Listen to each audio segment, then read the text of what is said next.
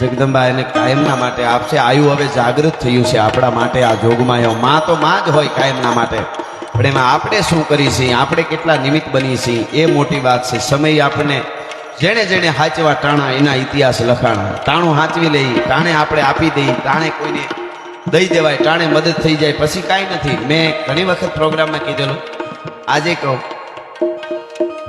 અહીંયા જ નહીં પણ ઘણી જગ્યાએ એવી ઘટનાઓ બની. અને હું જ્યાં આ વાત કરું ને ગમે ત્યાં પ્રોગ્રામમાં બધે દરેક સમાજમાં કથાઓ, મંદિર પ્રતિષ્ઠાઓ તો થતા જ હોય.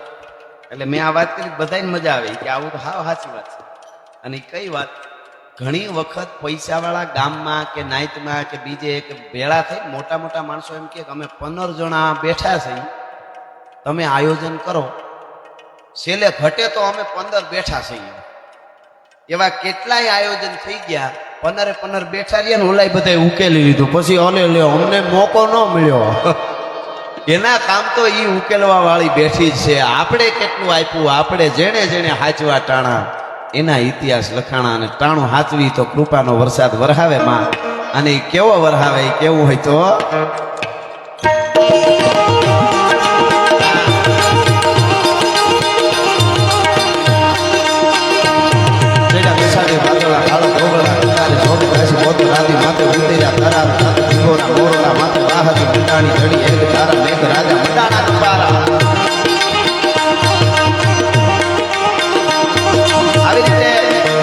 રામભાઈ આવ્યો તો.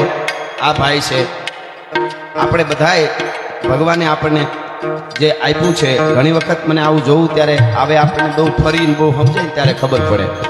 હમણાં એક મોરબીની પાસે અમે એક આશ્રમ જ કહેવાય આમ તો, આયરના ભાઈ છે કાના મામા કરીને, બે ભાઈઓ બે એમના બેના ઘરના, પછી તો ટીમ એમની સાથે મળીને જે કામ કરે છે. અડધી કલાક લગભગ અમે એમાં આટો માર્યો અને બહાર નીકળ્યા ને તો એક બીજી દુનિયામાંથી બહાર નીકળ્યા હોય એવું લાગ્યું. એમ થઈ ગયું કે આપણને જરા કંઈ થઈ જાય કે હું કંઈક શું, કે હું કંઈક કરું છું. એને મોરબી આશ્રમમાં એક આટો ખાલી મારવા, સાહેબ શું આમ આંખમાં ઘડીક આહું આવી જાય, ઘડીક એમ થઈ જાય, ઘડીક શરીર હૃદયના ધબકાર એમ થાય બંધ થઈ જાય. એ 2000 જેટલી લૂલી ગાયોથી લઈને બધાય પશુ પક્ષી બધાની તો એ સેવા કરે છે. પણ એમણે જે માણસોને હાંચવ્યા છે ને, તાકાત નથી કોઈની. આજે અમરમાને જોયું એક, રામબાઈ માને જોયું એક, કોઈ સંતો આપણા પેલા થઈ ગયા, દેવીદાસ બાપા, એને જોવા ખબર પડે કે એ થયા. પણ અહીંયા જઈ તો ખબર પડે કે આપણે જ કાંઈ કરતા જ નથી. અને ઘડી કઈ અભિમાન થઈ જાય. બીજું અભિમાન થાય તો અહીંયા આટો મારવા જેવો, એમ થાય કે મારી પાસે કાંઈ નથી, ભગવાને મને કેમ એને નહીં આટો મારવા. બહાર નીકળે તેમ કે હા હા હા ભગવાન તે તો મને બહુ આપ્યું, આવા હારા હાથ, આવી આંખ્યું, આવું શરીર આપ્યું, બીજે દી ધંધે સડી જાય એ વાત પાકી. એવા કોઈ શરીરના મેળ નહીં, નાક કોઈને નહીં, કોઈને કાન નહીં, મોઢા એટલા કોઈને નહીં, અને કોઈ મગજ વગરના, કોઈ બાંધ્યા ગાયલું કાઢે. સાહેબ વધારે નથી કહેતો પણ માના સાનિધ્યમાં એટલે સાયન કહું છું, જેને કોઈ ક્રિયા શરીરની કરવાની ખબર જ નથી, લીપું કરે. અરે હું અહીંથી કહું છું સાયન તમને, ગારા લીપે એમ પોતાના શરીરના મળને લીપે. એવા કહેવાનો આ વાત અહીં કરવાનું કારણ શું કે આપણને કોઈને આમાંથી ગરીબ હોય ને એમ થાય ને કે ભગવાને મને કાંઈ ન આપ્યું. એ અહીંયા આટો મારીને બહાર ની બીજી ધંધે સડી જાય કે મને તો કરોડો અરબો આપી દીધા છે, અહીંયા તો જો દુખિયા પડ્યા છે. આ મને યાદ આવી ગયો. આ બે કહેવાનો અર્થ એને જોઈ ત્યારે ખબર પડે કે આપણને શું આપ્યું છે. છતાંય જો આપણે કંઈક માતાજી કાંઈ નથી આવ્યું, ભગવાને કાંઈ નથી આપ્યું, સાહેબ એની જે સેવા કરે, સવારે 7 વાગે ઉઠી અને સીધા બધા કામ સાફ સફાઈ, ત્યાં પાછા આટો મારે ક્યાંય ગંદકી જેવું તમને દેખાય નહીં. અને આવા અનેક પાછા. તઈ મને એમ થયું આજથી નક્કી કરી લેવાનું, મને કાંઈ નથી આપ્યું એવું એક દી કોઈ દી નહીં એક વિચારવાનું, બીજું એ વિચારવાનું નહીં કોઈ દી હું કંઈક આપું છું સમાજ માટે, કે હું અહીંયા કંઈક દઉં છું, એ નહીં આટો મારું. કદાચ તમને કાયમનો લાખ પગાર આપે ને તોય તમે એને સાફ ન કરો. અમે જોઈ નહોતા હક, એ કાયમ સાફ કરે છે. એવા કેટલાય પાછા. તઈ મને એમ થયું કદાચ કરોડ આપે તો એવું તો રાખવું જ નહીં, હું કંઈક આપું છું. આપે છે એ જોયા હોય એ આપે છે, કહેવાનો મારો અર્થ. તો આપણે એટલું જેણે જેણે હાચવા ટાણું મળ્યું છે.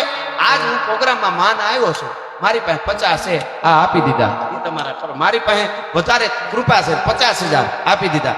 કહેવાનો અર્થ આમાં બધા હું આવું એમાં હું મને અહીંયા બોલવાનું આપ્યું છે તો હું અહીં બોલી જાઉં છું. મને કાલે કોઈથી ગાડી બેહી ન થવું જોઈએ.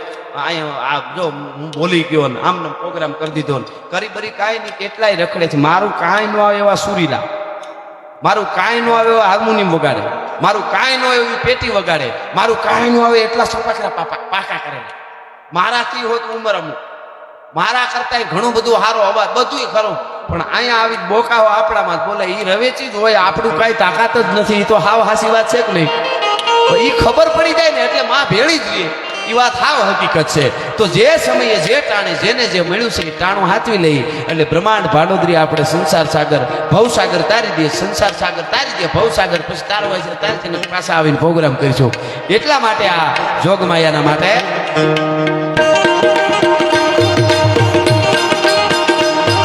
હરપડી મેદાન માંથી જબ લોની ફોજ સામે વર બાન આયા સાહી મોક લોની ફોજ માંથી એકલો કાઢી નાનો કંટો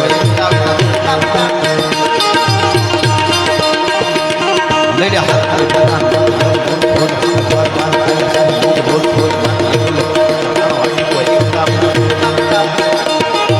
સુકુના મંડાળ માર્યા રાજપૂત ફોજ માંથી કોઈ લેડા માથે